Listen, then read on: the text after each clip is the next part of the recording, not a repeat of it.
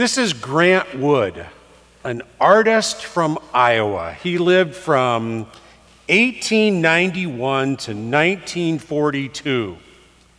This is the second to the last Sunday on the church liturgical calendar, and the scripture readings for the last 2 Sundays of the church year are always about the end things, about the apocalypse, the eschaton, the end of human history. And these texts are not easy to preach or understand, so today I'm inviting Grant Wood to help us out a little bit with these deep things. But before I show some more of Grant Wood's work, I've got to confess that when it comes to art, I really do not know what I'm talking about.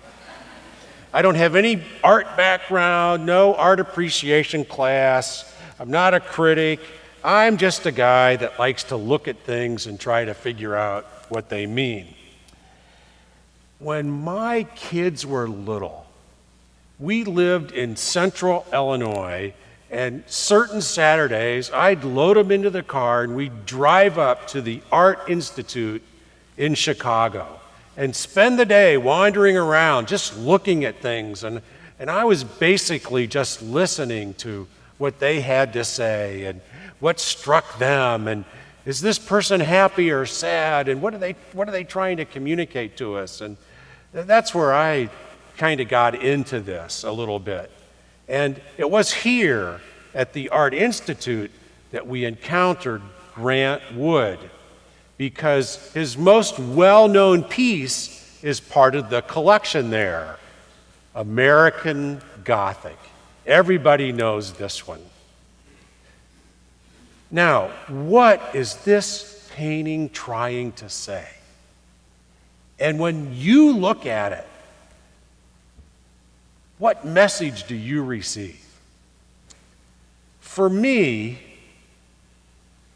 this is not a husband and wife. This is a father and a daughter. And look at the father. To me, he looks sad and resigned. He looks like he's been through it. He looks like he's a bit malnourished. And look at the daughter. She's not looking at us.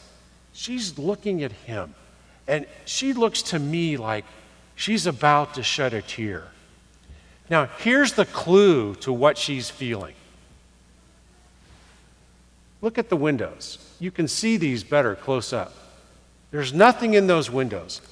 The drapes are closed. And it's during the day. But nobody can see into this house. Nobody can see out of this house.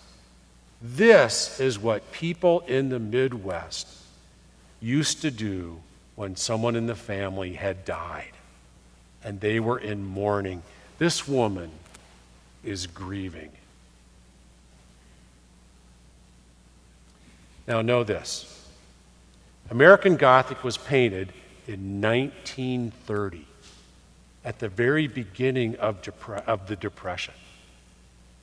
And this was a time when not only the economy was in trouble, but people were in trouble, especially in the Midwest.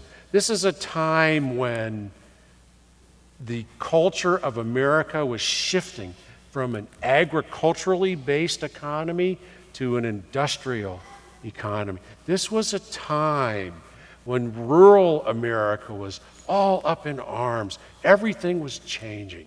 You know what these people are doing? They are sad and grieving because their world is falling apart. And there's nothing they can do about it.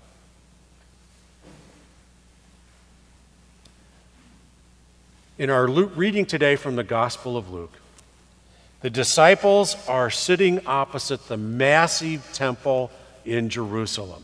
This is a megachurch. It's the Mall of America. It's the most powerful institution of the day. The disciples are impressed. Look at the jewels. Look at the large stones. But Jesus is entirely unimpressed. all this is going to be nothing but a pile of rubble. What Jesus is saying here assaults the disciples' sensibilities.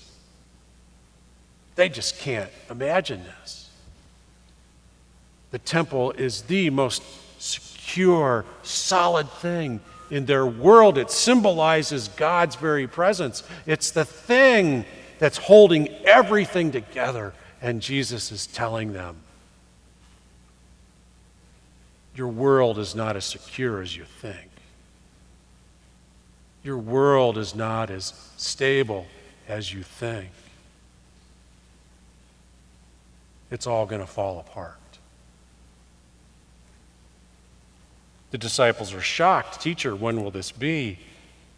What will be the sign that this will take place? And Jesus tells them many signs: wars, insurrections, nation against nation.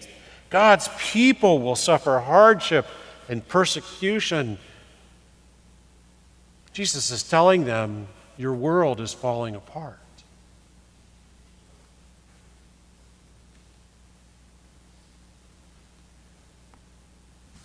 It's American Gothic. All those stones, just picture them in your minds, rubble. But then there's hope. Jesus goes through the litany of the signs, and they're all terrible, and people will be hurt, and life will become hard, and the major institutions of the day will crumble. But you will endure, he says. Not a hair on your head will be harmed. You're just going to have to go through some hard things, but through your endurance, you will gain your soul, meaning you will be changed. You will become a different person. What you go through will mold you and shape you, and you won't be the same after as you were before. You'll be stronger. You'll know more. You'll be wiser. Your character will be deeper, and your faith and trust in God, and not anything else, might just be revolutionary. My first call to a church was Westminster Presbyterian Church in downtown Minneapolis. And while I was in Minneapolis, an exhibit came to the Art Institute there, and it was the collection of Grant Wood's works. And so me and 3 other people were actually interested in it, and we went. And when you see the whole collection of Grant Wood's work, you see that there's not very many people, but most of them are this. They're landscapes of Iowa, and they're stunning. They're gorgeous. And I resonate with these for 2 reasons. First is they picture Iowa as rolling. Iowa is not flat. I'm from Central Illinois. Central Illinois is flat as a pancake, but Iowa is not. And neither is Kansas. Where else? Another place I've lived that people think is flat, and it's not. But more importantly about these landscapes, everything is perfect. Look at that. All the plants are identical and equidistant, and the light is always shining down and illuminating everything, and everything is perfect.